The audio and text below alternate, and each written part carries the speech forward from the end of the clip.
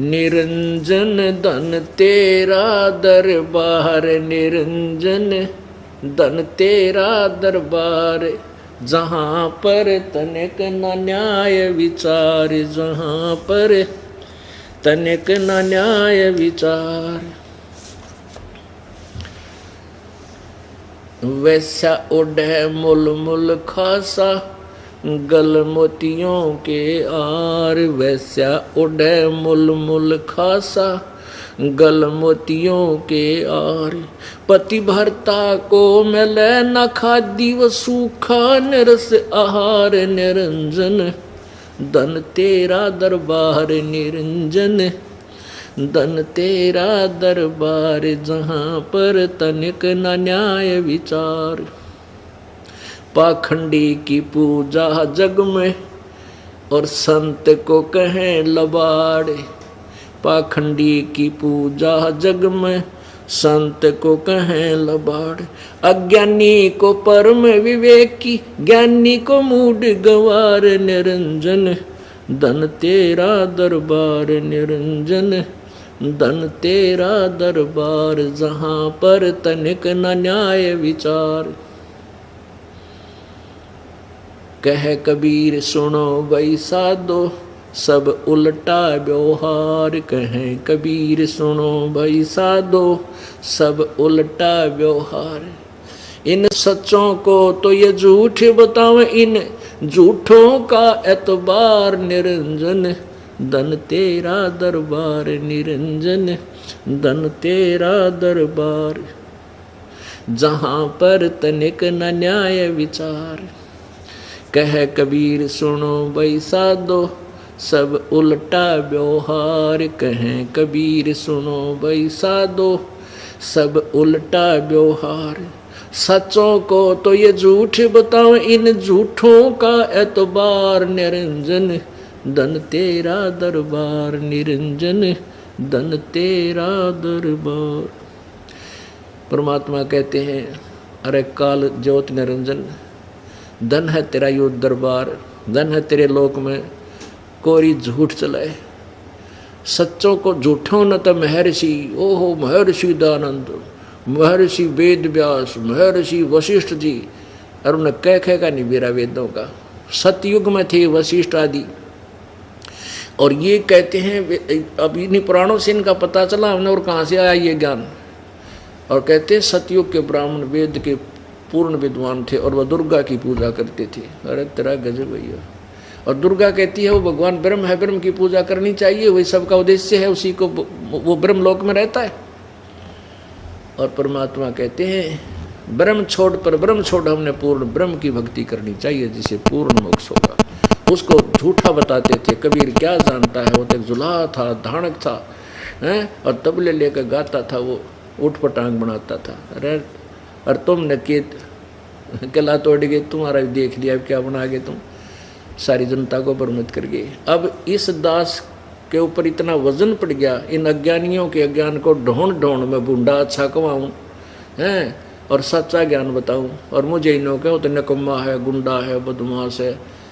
पर समय आने पर पता चलेगा, जनता रोया करेगी ऊपर न मुँह करके कि उन निकम्मा ने एक परम संत के विषय में ऐसे झूठी अफवाहें फैला करके बदनाम करने की चेष्टा की। लेकिन हम समर्थ की ओट में बैठे हैं, हम कबीर परमेश्वर के चरणों में विराजमान हैं, जिसके चरणों में कोई आपत्ति नहीं आ सकती।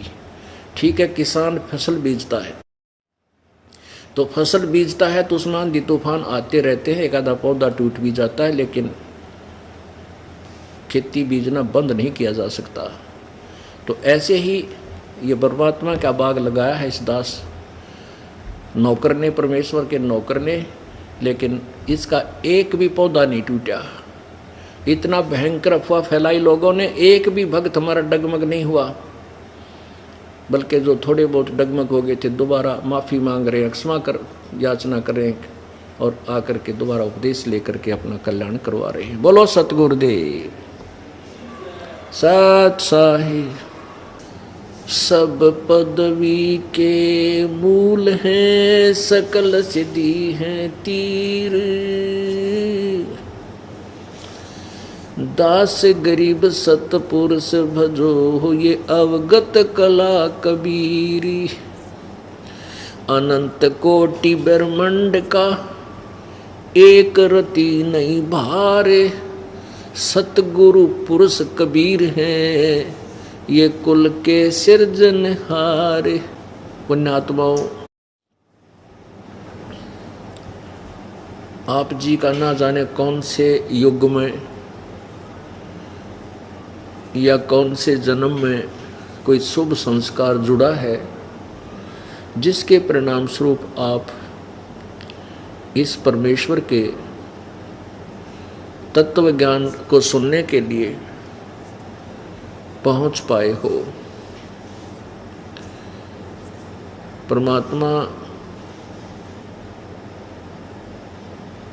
कबीर परमेश्वर जी की महिमा को आदरणीय गरीबदास जी ने अपनी आंखों देखी समर्थता को कैसे वर्णन किया है।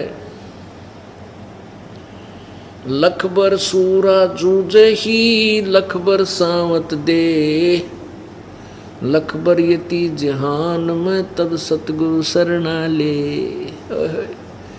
आप जी जो अब परमात्मा के चरणों में आ रहे हो, चाहे कोई सेठ है, चाहे कोई बड़ा अधिकारी है, चाहे कोई गरीब व्यक्ति है, चाहे मजदूर है, चाहे कोई किसान है, कोई कर्मचारी है, अधिकारी है, आपके भक्ति यानी सिमरन वाले जो पुण्य है, सिमरन की जो कमाई है, नाम की जो कमाई है, वो तो सबकी एक समान है। उससे परमात्मा के नाम की कमाई के आधार से आपको मानव शरीर मिलते हुए आ रहे हैं, और उसी नाम की कमाई के आधार से आपको इस दास के पास आने का सुअवसर मिला है।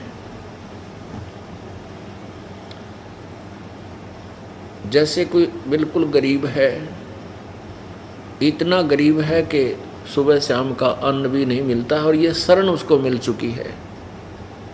धन्य है उसके माता पिता को जिससे जन्म हुआ, बहुत पुण्यकर्मी प्राणी है। और कोई सेठ है, बड़ा पैसे वाला है, उसको भी ये शरण मिली है। धन्य है उसके माता पिता को जिससे जन्म हुआ, क्योंकि ज़्यादा माया हो जाने से परमात्मा के निकट नहीं आ सकता। आप जिसके पास अधिक धन है, अधिक सुविधाएं हैं, जो संसारिक यहाँ की सुविधा मानते हैं, उसके होने के उपरांत और आप यहाँ पहुँच गए, तो आपके नाम की कमाई का वजन ज़्यादा है, ज़्यादा आपके पास वो भक्ति है जिसके कारण आप यहाँ पहुँच पाए हो। परमात्मा केवल नाम की कमाई देखता है, उसी के आधार से वो अपनी शरण में लेता है। दूसरे आप जी जिसके पास धन नहीं है, संसारिक जो नकली सुविधाएं आपके पास नहीं हैं, और एक वो है जो ये शरण उसको भी ग्रहण हो गई है, उसको भी शरण मिल गई है प्रभु की, और उसके पास कार हैं, कोठी हैं, बड़े बड़े उच्च अधिकारी भी है। अब दोनों की भक्ति का जो लेवल है वो एक जैसा है, नाम की कमाई का वो एक जैसा है। और जो धन का अभाव है या धन अधिक है, वो आपके पिछले जन्म के धर्म यज्ञ आदि जो आपने की हुई है उसमें अंतर है, वो नहीं कर पाए। जिनके पास धन नहीं है, जिनके पास आज माया अधिक है, उन्होंने पिछले जन्म में पुण्य गणे किए यानी धर्म गणे किए, धार्मिक यज्ञ करवाई, जैसे अभी ये पाठ हो रहे हैं। तो पुण्यात्मा, आप दोनों ही परमात्मा के अति प्यारे हो। परमात्मा क्या कहता है, कबीरा सब जग निर्धना धनवंता ना कोय, धनवंता सो जानिए जिस पर राम नाम धन होए। तो आप राम नाम की कमाई के धनी बराबर हो, जो परमात्मा के चरणों में आए हो। और ये कमाई आपने ना जाने कौन से समय में, किस जन्म में परमेश्वर के साथ रहकर या उनके द्वारा भेजे गए किसी दास तत्वदर्शी संत के साथ रह के कमाई की हुई है। अब आप यहाँ आ रहे हो, ये विश्व में एकमात्र शास्त्र अनुकूल साधना है जिसका सीधा प्रतिफल मिलता है और अत्यधिक मिलता है। अब जैसे आपको बताया है कि आप जी अपने घर से चलते हो इस स्थल पर सतलोक आश्रम में आने के लिए, और विशेष श्रद्धा और कसक के साथ, जैसे विद्यार्थी बालक स्कूल आता है, विद्यालय में आता है, वो चाहे किसी बड़े अधिकारी का पुत्र है, चाहे बड़े किसी राजा का पुत्र है या कोई गरीब का है, वहाँ वो केवल एक विद्या ग्रहण के लिए आता है और वो उसको यहाँ वह याद नहीं रहता बच्चे को कि मैं कौन किसका हूँ, वो केवल अपने आप को विद्यार्थी जानता है। और एक ही जैसे बेंच पर या फर्श पर, ज़मीन पर सभी विराजमान होते हैं, वहाँ एक ही जैसी सबके साथ व्यवहार होता है। तो इस भाव से जब आप सतलोक आश्रम में आते हो, आपका यहाँ आने में जितने भी कदम आपके, एक एक कदम जो आपका एक यज्ञ के तुल्य है। चाहे आप रेलगाड़ी में आते हो, चाहे आप कार गाड़ी में आते हो, चाहे पैदल आते हो जो आसपास के हैं, तो एक एक कदम आपका एक यज्ञ के तुल्य है। एक यज्ञ को करने में कितना समय लगता है?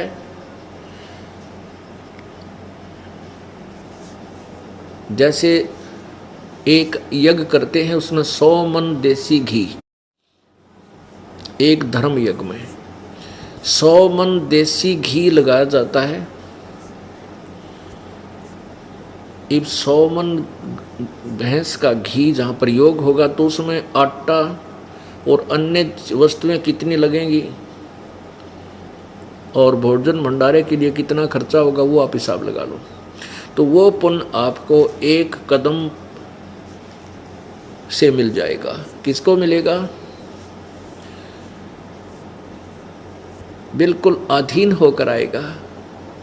संत दर्शकों चालिए तजमाया अभिमानी, जो जो कदम आगे रखे सो सो यज्ञ समान।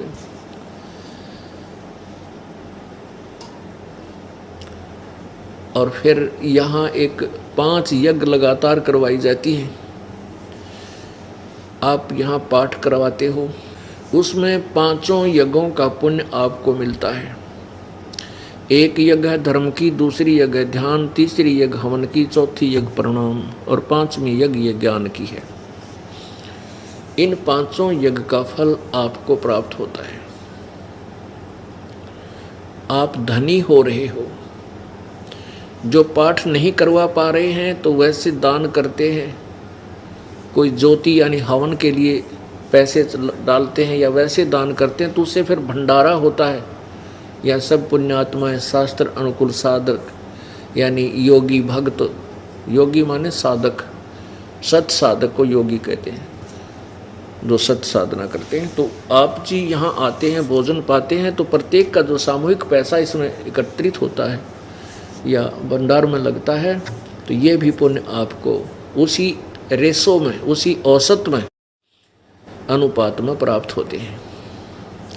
फिर सिमरण का जो सतनाम, जो पहले मंत्र का जाप है उसकी कमाई, और फिर जो सतनाम का सिमरण जो दास आपको देता है, परमेश्वर कबीर जी का द्वारा दिया हुआ बताया हुआ, उस एक श्वास के सिमरण की कितनी कमाई है।